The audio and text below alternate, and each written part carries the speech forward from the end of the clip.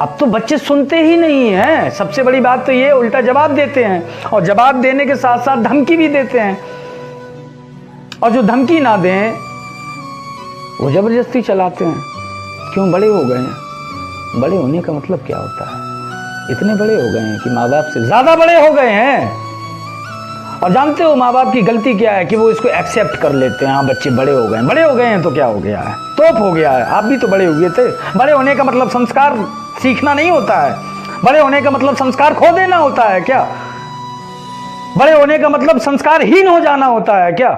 ये ऐसा तो नहीं होता है ना। लेकिन नहीं, माँ बाप छूट दे देते हैं कि हाँ बच्चा बड़ा हो गया, वो ऐसा कर सकता है। क्यों कर सकता है? लाइसेंस मिल गया है क्या? जो मेरी उम्र के लोग हैं उन्होंने अपने माँ बाप से सुना होगा कि दादा दादी कितने स्ट्रिक्ट थे उनके प्रति। पहले अभी जो 50 साल 60 साल पुराना जो टाइम है, दादा दादी कितने स्ट्रिक्ट थे हमारे माँ बाप के प्रति। क्यों? जरूरी था ना वो। आप क्यों नहीं हो सकते? आप कह रहे हैं नहीं, मैं क्या है, मॉडल जमाना है।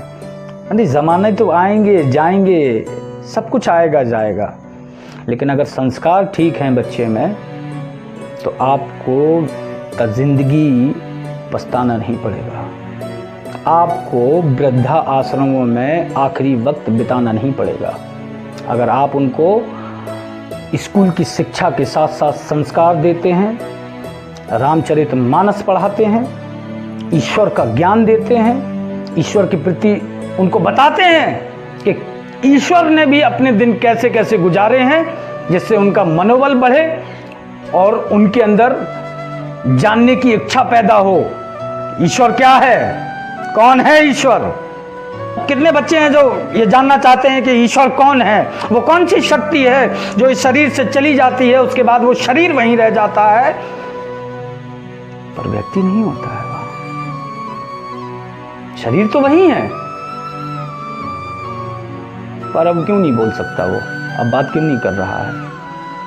तो वो लोग ये बात ध्यान से समझ लें जिनको लगता है कि ईश्वर नहीं है। आजकल के मॉडर्न बच्चों को ये बात लगता है गॉड नहीं है। अच्छा, उनके माँ बाप इस शंका को दूर भी नहीं कर रहे हैं। बेटा ऐसे नहीं बोलते, गॉड है तभी तुम हो, गॉड है तभी दुनिया है, गॉड है तभी संसार है, और गॉड है तभी तुम बोल पा रहे हो।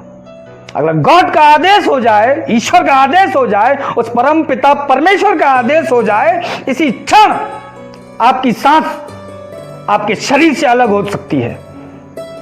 आप जो शब्द बोल रहे हैं वो यही थम सकते हैं। ये समझाएं आप अपने बच्चों को कि ईश्वर भी है, और अंग्रेजी में कहें तो गॉड भी है, और परम पिता परमेश्वर भी है। इसलिए मेरा सबसे निवेदन है कि बच्चों के प्रति सतर्क हो जाएं, वरना कल बहुत भयावह होगा।